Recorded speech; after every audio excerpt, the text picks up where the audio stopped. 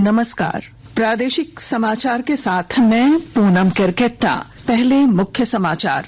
केंद्रीय वित्त मंत्री निर्मला सीतारमण का आज रांची में और प्रधानमंत्री सहित अन्य भाजपा के स्टार प्रचारकों का सप्ताह भर झारखंड दौरा। झामुमो की कल दुमका में जनसभा। झारखंड में छठे चरण के चुनाव के लिए नाम वापसी का आज अंतिम दिन। 22 प्रत्याशियों के नामांकन हुए हैं रद्द। झारखंड उच्च न्यायालय की ई सेवाओं का मोबाइल ऐप लॉन्च। 3,51,000 से अधिक आदेश और निर्णय अपलोड।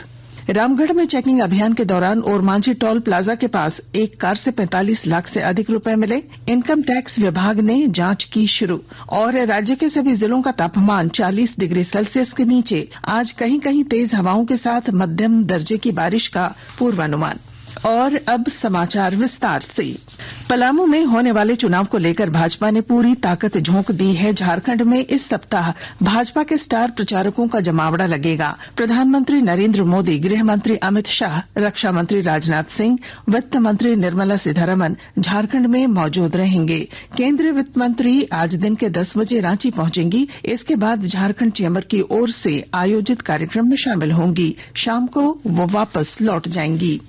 वहीं 10 मई को केंद्रीय गृह मंत्री अमित शाह रांची आएंगे। इसके बाद खूंटी में भाजपा प्रत्याशी अर्जुन मुंडा की चुनावी सभा में शामिल होंगे। कल रक्षा मंत्री राजनाथ सिंह भी झारखंड में 2 कार्यक्रम में हिस्सा लेंगे। श्री सिंह बोकारो में आयोजित चुनावी सभा को संबोधित करेंगे। वहीं छत्तीसगढ़ के मुख्यमंत्री विष्णु देव साय 10 मई को मनोहरपुर, कुरडेग और चैनपुर में जनसभा को संबोधित करेंगे।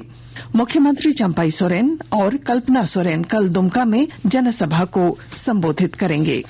पलामू लोकसभा चुनाव 2024 के लिए 13 मई को मतदान होना है। जिले में सुरक्षा के दृष्टिकोण से 10 मतदान केंद्रों में बदलाव किया गया है।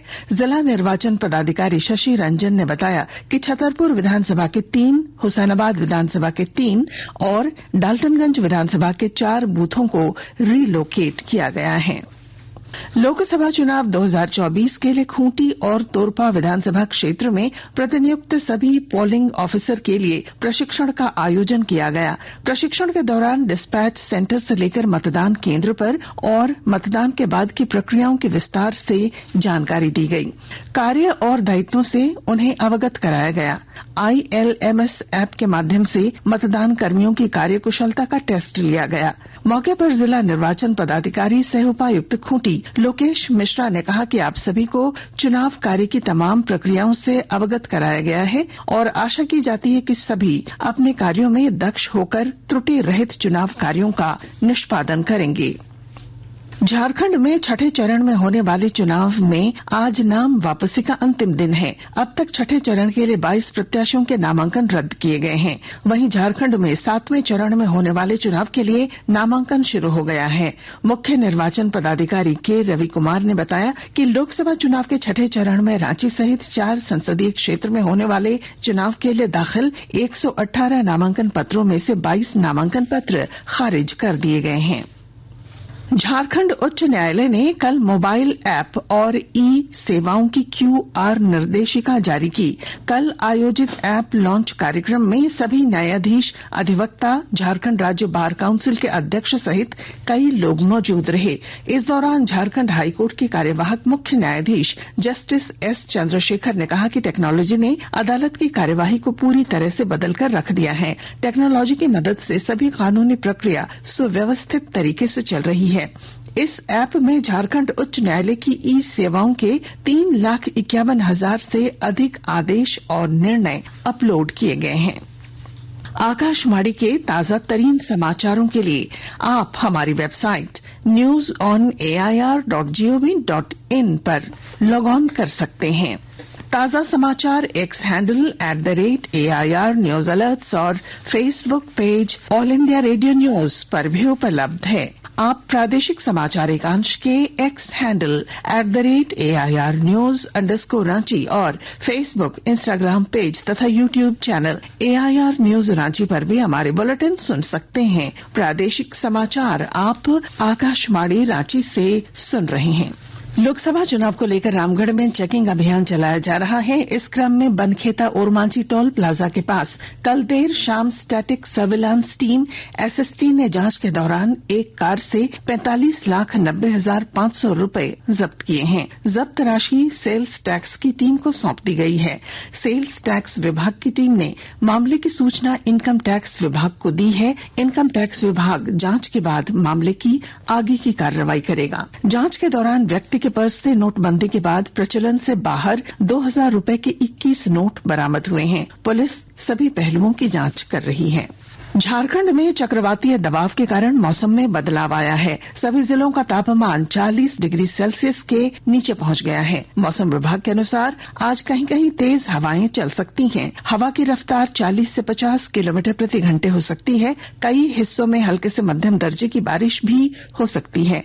रांची स्थित मौसम केंद्र ने 13 मई तक के लिए वज्रपात को लेकर येलो अलर्ट जारी किया है। वहीं हल्की और मध्यम दर्जे की बारिश का भी पूर्वानुमान है।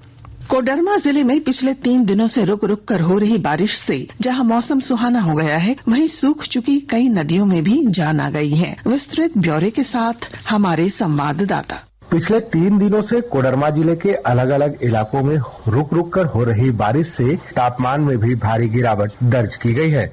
रविवार को जहां जिले का तापमान 40 डिग्री सेल्सियस के आसपास बना हुआ था, वहीं गुरुवार को अधिकतम तापमान 28 डिग्री सेल्सियस है।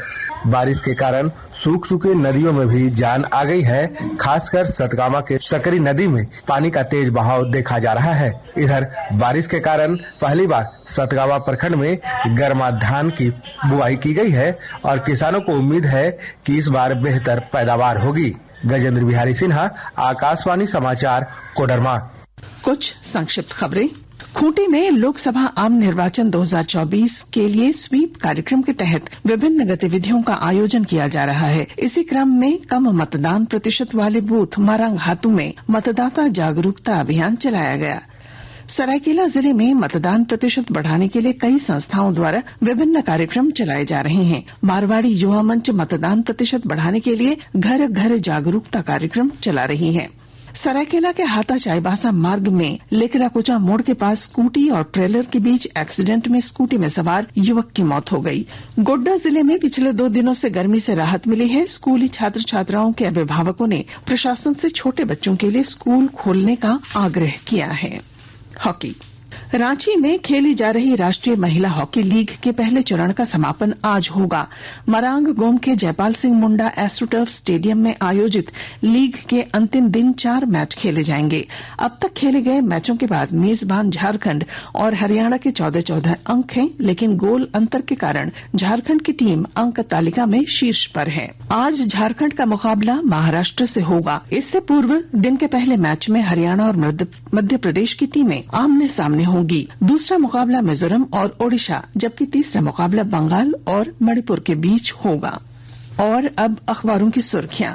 राज्य के अधिकांश अखबारों ने झारखंड सचिवालय में प्रवर्तन निदेशालय की छापेमारी, ओरमांझी में एक कार से कैश की बरामदगी और मुख्यमंत्री चंपई सोरेन द्वारा झारखंड प्रशासनिक अधिकारियों पर कार्रवाई के आदेश की खबरों को प्रमुखता से प्रकाशित किया है। दैनिक हिंदुस्तान की सुर्खी है, ग्रामीण विकास मंत्री कोषांग में मिले पैरवी पत्र। प्रभात खबर ने ईडी की छापेमारी पर सुर्खी दी है, सीएस ने डीजीपी से पूछा सचिवालय की सुरक्षा पुलिस की, कैसे घुसा ईडी। दैनिक जागरण और दैनिक भास्कर ने ओरमांझी टोल प्लाजा में एक कार से 46 लाख कैश बरामदगी की खबर को प्रमुखता दी। वहीं रांची एक्सप्रेस और राष्ट्रीय नवीन मेल ने मुख्यमंत्री चंपई सोरेन द्वारा झारखंड प्रशासनिक सेवा के अधिकारियों पर कार्रवाई के आदेश की खबर को प्रमुखता दी। और अब अंत में मुख्य समाचार। केंद्रीय वित्त मंत्री निर्मला सीतारमण का आज रांची में और प्रधानमंत्री सहित भाजपा के अन्य स्टार प्रचारकों का सप्ताह भर झारखंड दौरा। झामुमो की कल दुमका में जनसभा। झारखंड में छठे चरण के चुनाव के लिए नाम वापसी का आज अंतिम दिन। 22 प्रत्याशियों के नामांकन हुए रद्द। झारखंड उच्च न्यायालय की ई सेवाओं का मोबाइल ऐप लॉन्च। 3,51,000 से अधिक आदेश और निर्णय अपलोड। रामगढ़ में चेकिंग अभियान के दौरान एक कार से 45 लाख से अधिक रुपए मिले। इनकम टैक्स की जांच शुरू। और राज्य के सभी जिलों का तापमान 40 डिग्री सेल्सियस के नीचे। और इसके साथ ही आकाशवाणी रांची से प्रादेशिक समाचार का ये बुलेटिन समाप्त हुआ। नमस्कार।